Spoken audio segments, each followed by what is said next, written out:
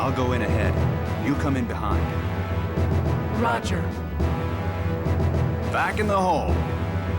Back in the hole. Metal Gear was a game made by the legendary Hideo Kojima. You know, the guy who dared to put his name on a Game Boy Advance cart that had a solar panel in it.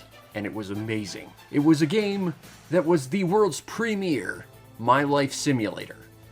At least insofar as you hide in a cardboard box and hope the rest of the world just sort of goes away, because depression be like that sometimes. It was a game that dared to combine the idea of realistic espionage and stealth and military tactics with the bold new look of insane amounts of anime, to the point where anything remotely realistic about this game was entirely flushed down the toilet. But let me ask you something important, dear internet.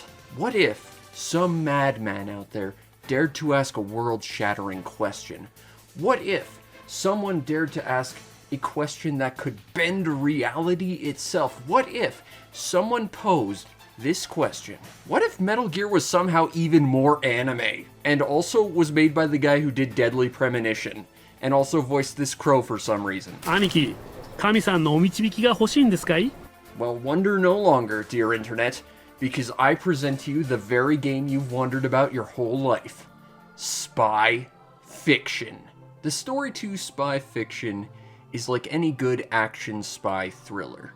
It starts off with an infiltration, a flawless entrance into this castle that a terrorist organization is holding up, where you definitely won't get detected at all. You go and try and stop their plans and take out their leader in order to save the world. And then everything goes sideways real quick. One of your teammates is down and captured. You and your other teammate are surrounded and confronted by yourself, kind of, possibly, I'll get into it in a minute, as well as the enemy's leader.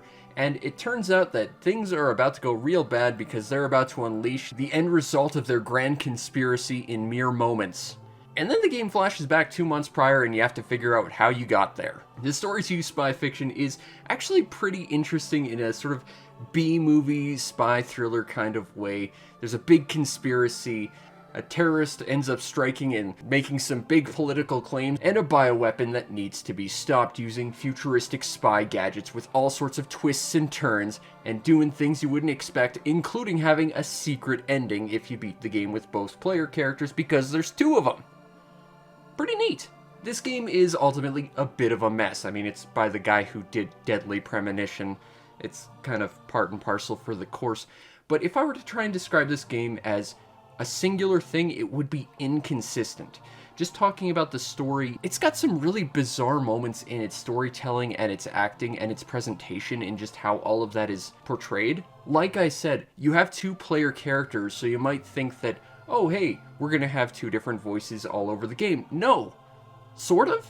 A lot of the cutscenes are weirdly done in pantomime, so the game won't actually commit to a voice actor and having 2 people record lines, which is very, very weird. And then sometimes it actually does. You'll get tutorial messages several levels after you got the item it's trying to tutorialize, because that makes sense, and it's by the other player character. So they do actually go out of their way to record lines by 2 characters sometimes, but not always, because most of the cutscenes are done through pantomime. In fact, it makes even less sense because there are certain situations where 3rd or 4th character potentially need to voice these lines, and sometimes they do, sometimes they don't. It's very, very strange. There's a chapter to this game that entirely commits to, we only recorded for 1 character, where you're running around this base and everyone knows who you are, but they think you're the boy character. So if you're me and you're playing the girl character, they just refer to you as a he the entire time, which is just showing that they could not be bothered to put in the effort to record a second set of lines for this eventuality that you'd play the second character, that the game expects you to play both of in order to see the ending. But if nothing else, it is a fun, kind of schlocky B-movie spy thriller with some fun twists and turns.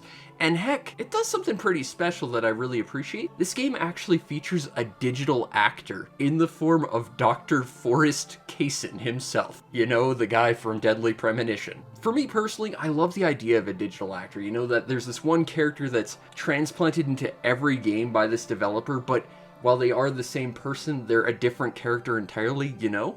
I've only seen it with like 3 other instances before this. Overall, the story isn't fantastic, but it's kind of got a nice cheesy charm to it, but it's solid if you don't take it too seriously. Now, the gameplay to Spy Fiction is honestly a lot like Metal Gear. It is ostensibly a stealth game, but with very little actual adherence to stealth in any real meaningful way, just like Metal Gear. Before you can begin, you can pick one of 2 characters, a man or a woman, whose names I forget, so we'll just call him Solid Fake and her Samantha Fisher. They play slightly differently, and they have a level that's slightly different, but for the most part, they play largely the same. The girl can't really knock people out permanently with her physical attacks though, and the boy can't disguise himself as a woman. That'll make more sense in a sec. One really cool thing you get to see before you start this game is you actually get to pick both the action level and puzzle level. I haven't seen that since like Silent Hill 2. Now, don't be that excited. Basically, action level is the overall difficulty of the game itself, and I'm playing on easy because I couldn't be bothered. Puzzle level is just how quickly the game is to tell you, oh, hey, you need to go here and do this thing. And even then, their hints aren't always helpful. I actually got stuck in one room in the tutorial because it was wildly unclear what I needed to do, and there was a room I thought I had to go into, but it was locked, and I just had to do a different thing from the other side of the room. This game, sometimes, man. This game. But either way, it is a third-person shooter where your goal is to get from point A to point B and try and navigate the environment without raising alarms or raising suspicion on yourself, utilizing various gadgets to try and get through environments, and usually when things go sideways, firearms to take out the opponents. Like I said though, everything about this game is a little bit inconsistent and things are just sorta off and weird about it. Ostensibly your goal is to get from A to B, getting past obstacles without raising alarms, and sometimes the game will allow you to do this in multiple ways, sort of dipping its toes into the immersive Sims sort of thing, but frequently just doesn't do that, and it's weird because it feels like it really is trying to be at all points because stages are filled with rooms you can't go into that are just locked doors that would have otherwise probably been some sort of like alternate path or route. For example, on the, I believe, 3rd stage, you have to sneak a camera into this lab. And how do you do it? Well, there's 2 ways you can do it. You can either take a secret vent that leads to the back of the lab, or you can disguise yourself as one of the head scientists and just walk right in. Which leads to some weird stuff because I was playing as the woman disguised as Dr. Forrest Kaysen himself, and despite the fact I had a woman's voice, the receptionist didn't bat an eye and let me in, despite the fact this was one of the few weird moments where there was actually a vocal clip. Dr. Kaysen, back already?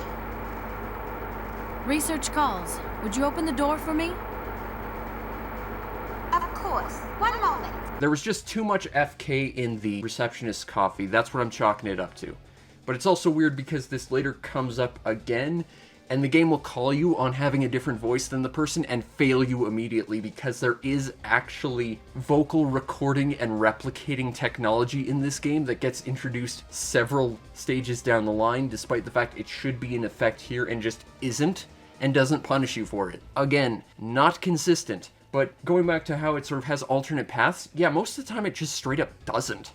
This one it does, and you have multiple ways to go through it, but most of the time it's a pretty straightforward jaunt. You have to frequently get past more or less the same problem in every single stage, which is, okay, I need to be a person who has the security credentials into getting into the next area. It's the same in every single stage. And then weirdly, sometimes they'll just not be like that. Like I said, consistency is not this game's strength. But let's talk about disguising because it's a big deal. This is sort of like this game's equivalent of Snake hiding in a cardboard box, except this time you get to hide in a garbage can and collect garbology for doing it. I'm not joking.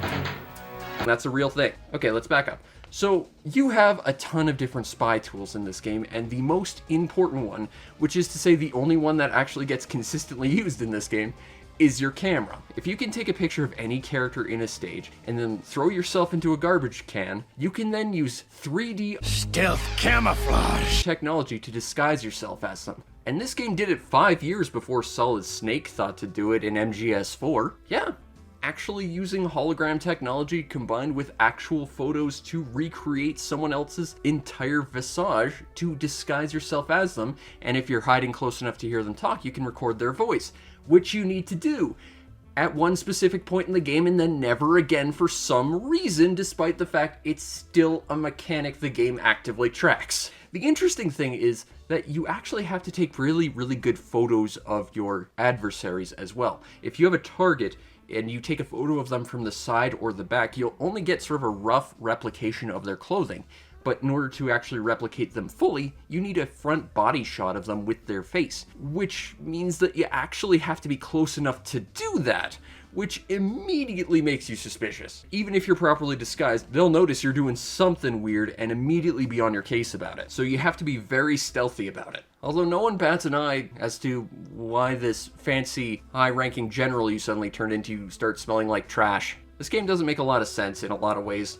While disguised as an NPC, you can wander around areas they'd frequent completely unhindered, aside from when this game is really janky and messed up.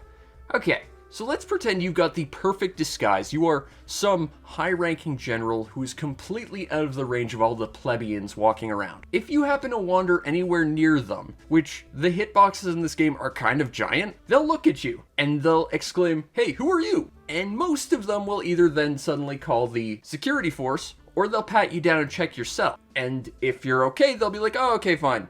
And then they'll bump into you again and go, "Who are you?" And they'll keep doing this over and over and over again.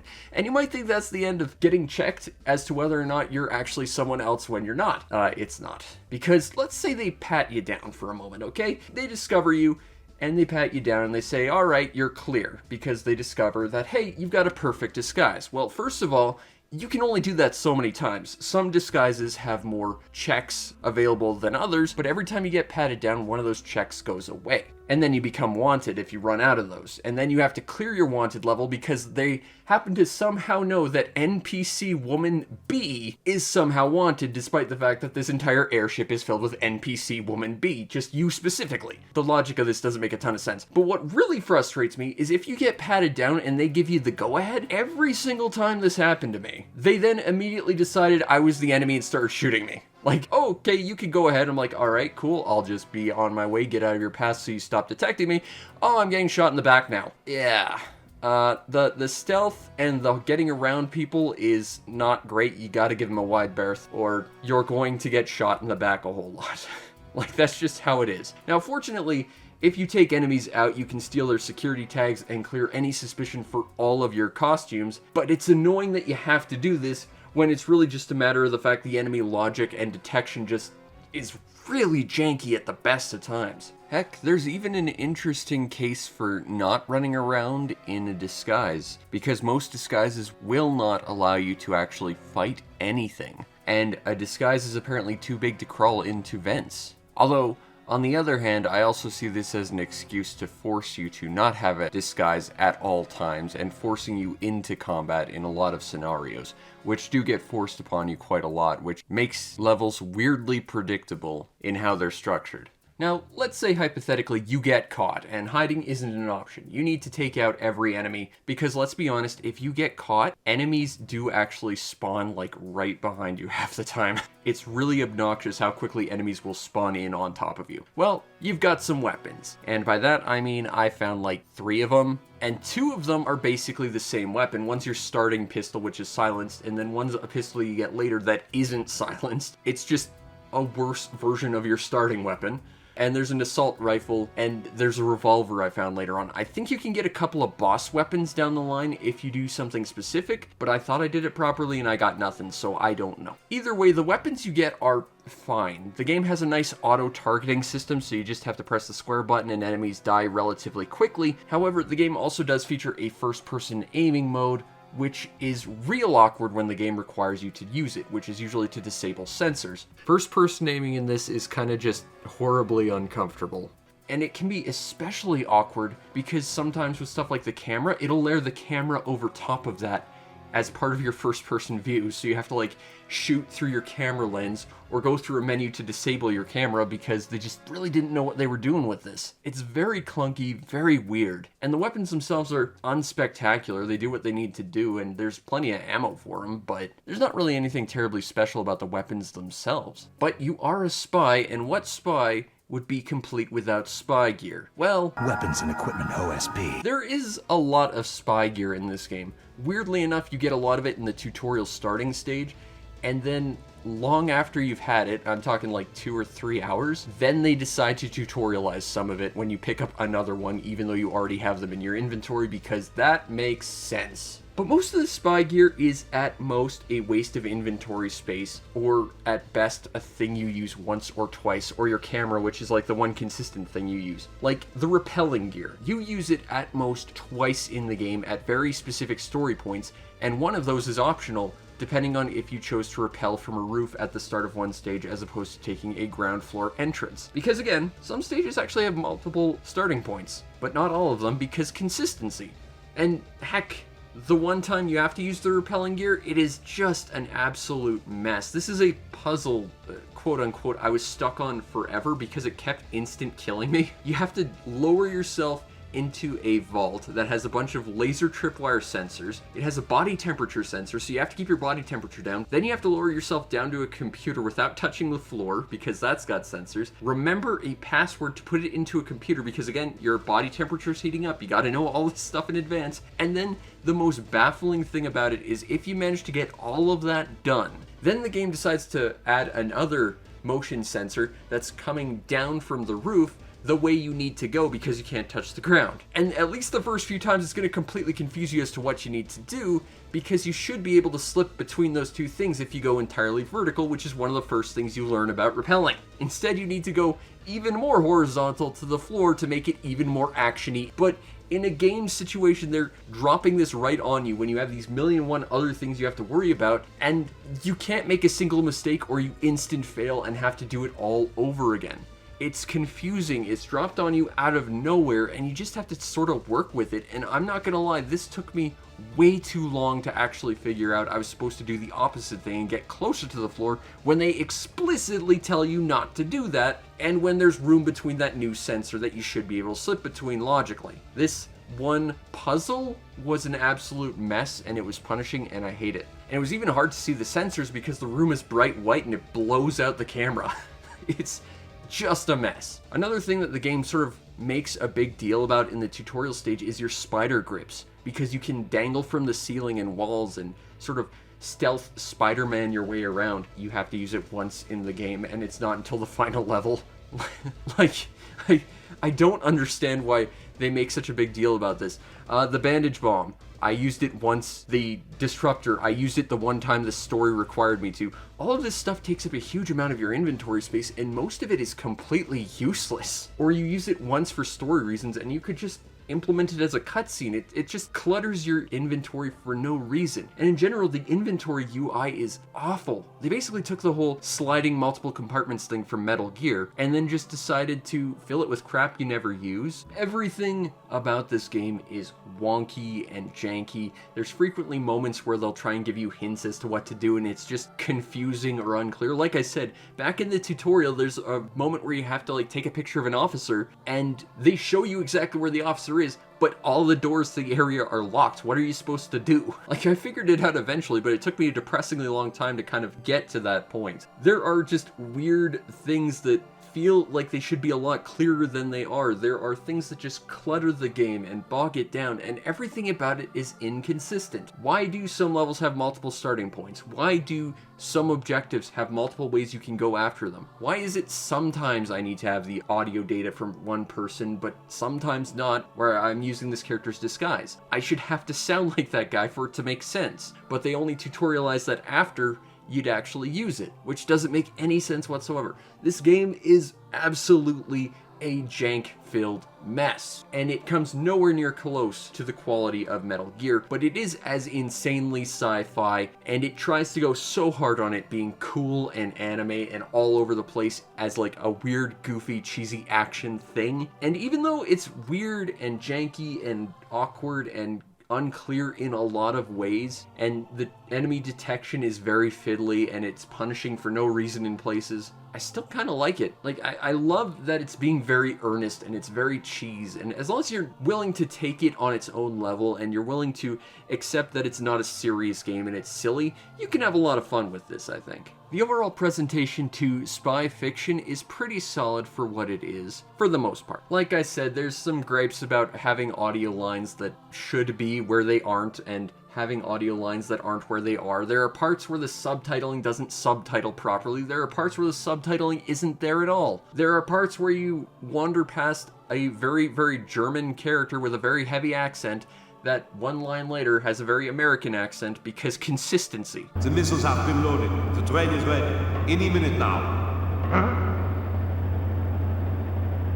Must be getting tired. It's a mess. But again, it's kind of a fun, cheesy, if you saw it for budget, maybe you'd enjoy it. Visually, I think it actually looks pretty good for its time. I like the character designs, they look decent enough. Again, they kind of look very, very silly. The solid fake with his big spiky hair is very silly for a spy.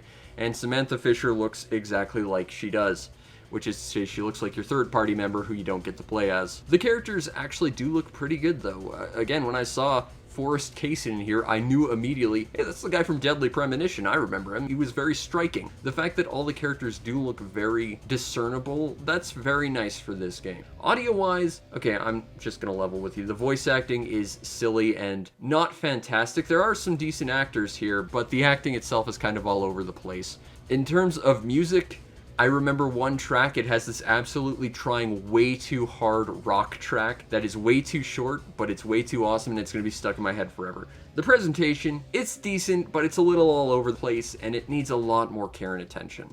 Now, if you want a copy of Spy Fiction on the PS2, well, if you're not in America, you've got quite a lot of options and it's pretty affordable. If you're in America, this game did not sell very well. I've only found one copy of this complete and it's like $80.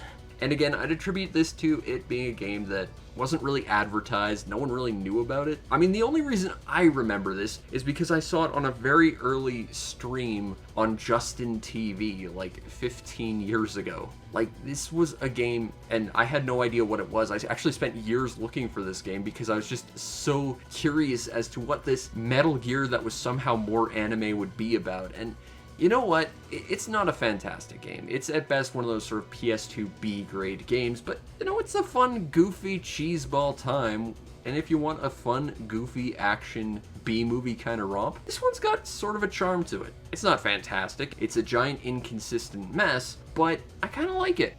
It's a lot of really interesting ideas and a lot of ambition, especially with the fact that it seems to like to structure stages, at least in theory, to be non-linear and with multiple routes through them, although it also backtracks on that idea immediately by removing a lot of those options. It's an ambitious title, but it feels like it's not living up to that ambitions and it's not committing to them, and that's its greatest flaw, I think. The fact that it has all these cool ideas, but it won't just commit to any of them. And the fact that it's trying to do so many different things, but it's not doing any of them remotely well. It's frustrating to see what this game is trying to do and just failing to meet that potential or even just stick with it long enough to actually execute properly. But in spite of that, I think if you're willing to meet this game on its level and you don't take it too seriously, if you enjoy a kind of weird B-grade schlockfest action game, it's kind of a fun, goofy take on the Metal Gear system, and I think you could enjoy it. But it does make me wonder what this game could have been if it just had the polish and the effort and the competence to execute on what it's trying to be and did it in a more consistent fashion.